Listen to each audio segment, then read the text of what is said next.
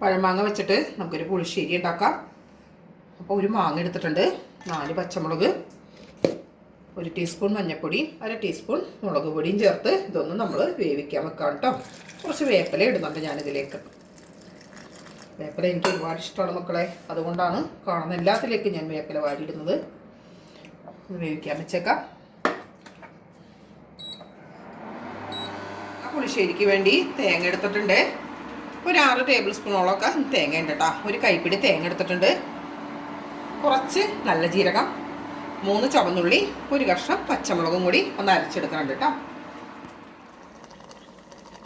1/2 cup തൈരും കൂടി കൂട്ടി അരപ്പിൽ അരച്ചിട്ട് ഒന്ന് ഒഴിച്ചു കൊടുക്കാം കേട്ടോ.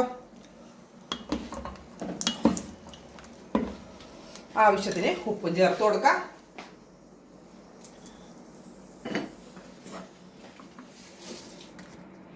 ഇത്രയും തന്നെ മതി. നമ്മുടെ പഴമാങ്ങ മോരുകറി, പഴമാങ്ങ പുളിശ്ശേരിയാണല്ലേ. ഞങ്ങളൊക്കെ മോരുകറി എന്നാണ് കേട്ടോ പറയണേ, അതുകൊണ്ടാണ് ഞാൻ എപ്പോഴും മോരുകറി എന്ന് പറയണേ.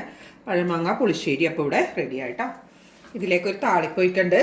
കടുക്, ഉണക്കമുളക്, വേപ്പില, കുറച്ച് മുളക് പൊടിയും കൂടി ചേർത്തിട്ടുണ്ട് കേട്ടോ.